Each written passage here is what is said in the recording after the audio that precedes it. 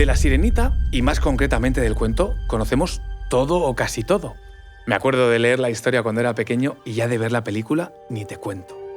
Pero lo que quizá no es tan conocido es la motivación que su autor, Hans Christian Andersen, plasmó en esta historia. María José, ¿qué te parece si buceamos hoy en su biografía? Claro que sí, Fede, lo merece, porque Andersen fue un escritor muy prolífico, especialmente en la producción de cuentos que todos hemos leído. Nació en Odense, una pintoresca ciudad en la isla de Fionia, en la parte central de Dinamarca. Y esta zona es conocida por ser el puente entre las dos partes principales del país, Copenhague y Jutlandia. Desde luego es una historia que merece ser contada y conocida. Soy Federico Cardelús, periodista y divulgador. Y yo soy María José Rubio, historiadora y escritora. Y esto es Despierta tu curiosidad, el videopodcast de National Geographic. Cada viernes en tu plataforma de audio favorita. Y si te quedas con ganas de conocer más historias, ya sabes que te esperan nuevos contenidos en Disney Plus y en el canal National Geographic. Bueno, María José, una vez tenemos ubicado el lugar de nacimiento de Andersen y su obra más conocida, tenemos que retroceder hasta el año 1805, que es la fecha de su nacimiento. Por aquel entonces Dinamarca era un país, inmerso en cambios políticos, sociales, culturales. Así es, Fede, y hay que tener en cuenta, sobre todo, que era un país que terminaba de salir de las guerras napoleónicas. Y en ese momento se encontraba dominado por otras potencias extranjeras como Reino Unido o Francia. Si nos vamos a la literatura, en el siglo XIX el romanticismo poco a poco le va ganando terreno y nace de la contraposición a esas ideas racionalistas de la Ilustración, claro. La realidad es que respondía a una necesidad de volver a lo humano frente a esa sociedad que empezaba levemente a mecanizarse por efecto de la incipiente revolución industrial. De hecho, Dinamarca fue uno de los países que experimentó esa lenta transición hacia la modernidad, influenciada, como tú muy bien has dicho, por el romanticismo. Y déjame añadir además que el romanticismo valoraba sobre todo la expresión emocional y la individualidad personal, lo que nos ayuda a entender, claro, que por qué marcó a la mayoría de escritores daneses y más concretamente a nuestro protagonista, a Andersen. Claro, esto me suena de romanticismo, la Ilustración del colegio cuando lo estudié hace un par de años. Como veo tu cara y sé que no cuela, sigo. Pero hablando de infancia, María José, sabemos que la de Andersen fue una época difícil.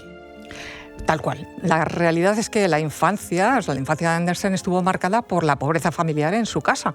Además, la muerte de su padre, cuando él tenía apenas 11 años, no ayudó tampoco, claro. Aún así, su madre luchó siempre por darle los mejores medios para que pudiese prosperar. Y eso, sumado a su prometedor talento como escritor, le hicieron mudarse de Odense a Copenhague en 1819, en búsqueda de mejores oportunidades literarias. Copenhague, por cierto, que no sé si conoces, pero es espectacular, especialmente mágico en Navidad. Y claro, si me paro a pensar, María José, entiendo el porqué de la famosa estatua de la sirena. Y es que, aunque la imagen no se aprecia, es bastante pequeña. Se encuentra junto al mar, en el Paseo Langelin, al norte de la ciudad.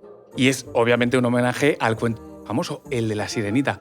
Autor, por cierto, de cuentos como El patito feo, no nos suena de nada, La princesa y el guisante, o uno que era de mis favoritos de pequeño, El soldadito de plomo.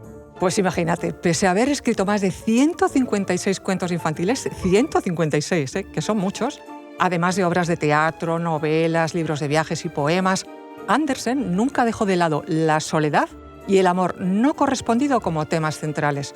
Fueron casi una columna vertebral a través de la cual ordenaba personajes y historias y en toda su producción literaria. Vale, o sea que Andersen realmente era un escritor bastante más melancólico de lo que podemos pensar. Pero bueno, volviendo a La Sirenita, obra publicada, por cierto, en 1837, ¿qué nos puedes contar? Porque creo que la historia nos la conocemos todos. Una sirena que desea convertirse en humana para ganar el amor de un príncipe y a cambio entrega su voz.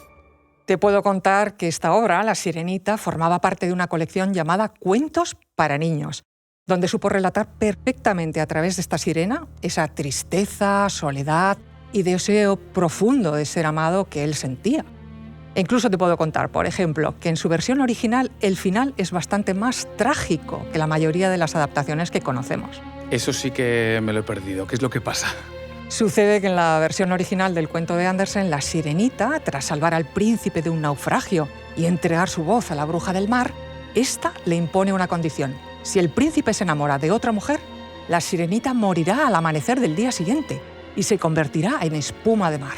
Oh, eso es bastante más oscuro y trágico que la versión que todos conocemos. Me refiero, por supuesto, a la película de Disney.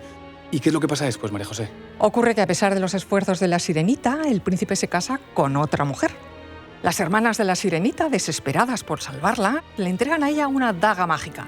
Le aseguran que si acaba con el príncipe y deja que su sangre toque sus pies, volverá a ser una sirena. Pero ella es incapaz de matarle, y yo hubiera hecho lo mismo. Así que arroja la daga al mar y se lanza al agua para convertirse en espuma de mar para siempre. No tenía ni idea de que el cuento original tuviera un final tan dramático. O sea, en forma se presenta como un cuento para niños, pero la realidad es que habla de temas de adultos. Me refiero al amor no correspondido o a la muerte, por ejemplo. Y a todo esto, ¿tiene la obra, que intuyo que sí, algún paralelismo con su vida? Sí, lo tiene. Hay muchas hipótesis ampliamente documentadas por estudiosos de Andersen que revelan las grandes similitudes entre la historia de la sirena y la relación de Andersen con un tal Edward Cullen. ¿Y quién fue Edward Cullen? ¿Alguien cercano? Pues mira, Edward Cullen era hijo adoptivo del mecenas de Andersen y al parecer este estaba profundamente enamorado de él. Un amor no correspondido que se expresó a través de cartas personales en las que Andersen plasmaba sentimientos muy intensos. Cullen años después reconoció este afecto, aunque dejó claro que él no lo compartía. De hecho, Cullen se casó con una mujer, lo que agravó aún más el drama de ese amor no correspondido de Andersen. Entiendo, por eso muchos interpretan a la sirenita como una metáfora de ese amor imposible.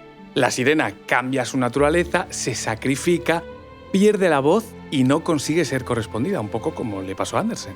Claro, por eso si sopesamos toda esta información entendemos por qué la versión del cuento original de Andersen es tan desconocida. Disney, con su película de 1989, acaparó todo el protagonismo y dejó en segundo plano esta historia inicial mucho más dramática y menos edulcorada. Casi 100 años después de aquel estreno, Andersen muere. Lo hace el 4 de agosto de 1875 en Copenhague, a los 70 años, y bueno, en esa ciudad que le adoptó desde su juventud y donde vivió sus últimos años con relativa tranquilidad. Imagina si trascendió su figura que más de 150 años después le recordamos todavía como una de las grandes personalidades de la literatura. Su obra ha sido traducida a cientos de idiomas y continúa inspirando adaptaciones, películas y lecturas en todo el mundo. Porque Andersen no solo fue un escritor de cuentos, que lo fue y muy bueno, sino que abordó en su obra lo más profundo del ser humano, con gran sensibilidad y belleza. Qué bien me habría venido, María José, conocer un poco mejor su historia antes de visitar Copenhague. Por cierto, ¿tú crees que esto ha podido influir en ese supuesto avistamiento de sirenas? Y digo supuesto porque a mí me parecen leyendas urbanas, pero claro, la tecnología que tenemos hoy no es la que tenían hace muchos años, ¿no? Sin duda, esos avistamientos desde luego que son leyendas marítimas. Pero sí, hay registros históricos que hablan del avistamiento de sirenas. Conocemos el caso del navegante inglés Henry Hudson, que en 1608, navegando en la costa norte de Rusia, anotó en su cuaderno de bitácora que la tripulación había visto una extraña criatura con cuerpo de mujer en su parte superior, incluido un cabello largo y negro, y una cola de cetáceo en su parte inferior.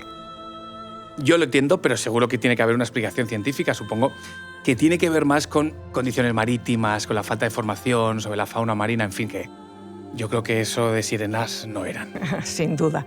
Algunos historiadores y científicos apuestan por la hipótesis de que esos avistamientos eran en realidad encuentros con mamíferos marinos, quizá manatíes o dugongos o algo así. Y como bien has dicho, seguramente las malas condiciones marítimas y la falta de visibilidad pues les jugaron una mala pasada. Lo que sí es fascinante, María José, es cómo la combinación de mitología, esas condiciones de navegación, encuentros con la fauna marina, pueden dar origen a leyendas como la de las sirenas. Y a su vez también es responsable de la producción literaria que ha influido e influye a día de hoy a millones de personas en toda la historia. Esto es Despierta tu curiosidad, el videopodcast de National Geographic, cada viernes en tu plataforma de audio favorita. Y si te quedas con ganas de conocer más historias, ya sabes que te esperan nuevos contenidos en Disney Plus y en el canal National Geographic.